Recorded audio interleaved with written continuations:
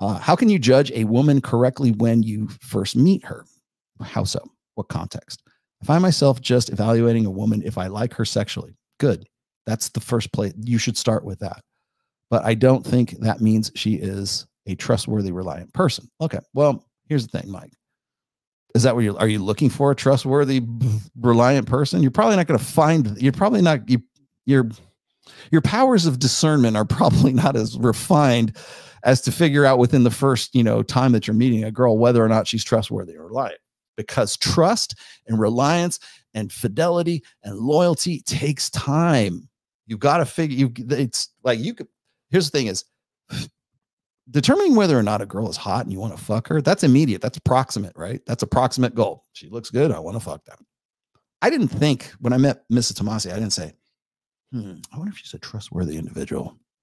I wonder if I can rely on her.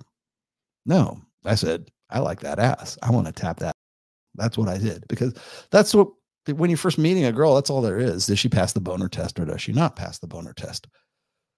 Afterwards, after she's passed the boner test and you're on date number 5 and she shows up for date number 5 and she's reliable and she seems semi-trustworthy. Well, that's the thing, is it takes longer to determine trustworthiness and reliance versus, she's hot. I can tell she's immediately. I can tell she's hot. It's a miracle.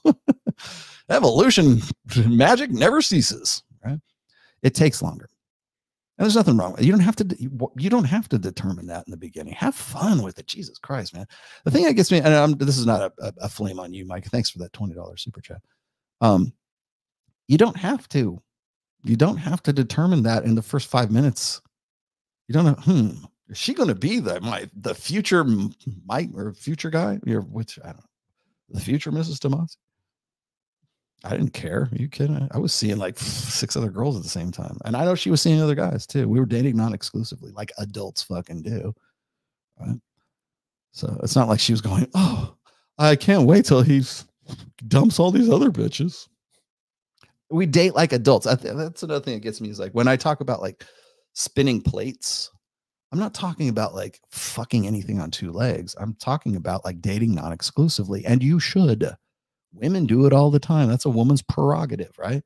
She has the right to change her mind. Why? Because she's probably seeing the 3 or 4 different suitors. It's another thing that bugs me. Never use the term court. Courting.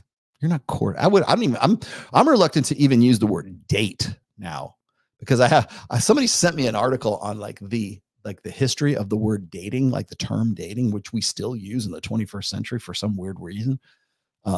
Dating as a term was coined in like the early 1910s, something like that. And it was actually from a song or from a poem or something like that about some girl who was flaking on their date. And so therefore it kind of the kids picked it up and called it dating. And we've been calling it dating since, I don't know, the sock hops and happy days in the 50s and fucking, all the way up to right. We don't date anymore. Okay. Dating is over. And we don't court for goddamn sure. Okay. Whenever I hear somebody say, oh, well, when you're courting a girl, what is this, the 50s? No, what is this? The Rococo period? Is this the Baroque period? Is this the Middle Ages? That's where the term comes from, court. Like the royal court, the noble. You have to be noble to court. I'm going to court her because I have to go to the court. That's courtly love. That's where look up courtly love. I've written here, do yourself a favor. And I'm going to pitch my 4th book, Religion. I talk about the ludicrousness of calling it courting, but where does it come from? It comes from the term courtly love. Courtly love, which was basically a series of games created by aristocratic noble women of the late medieval, early Renaissance period, right? Their husbands would go off on campaigns. They'd be there, twiddling their fucking thumbs, and they would have what were performing troubadours who would come and entertain the ladies while the men folk were off, fighting the Saracens or something. Right?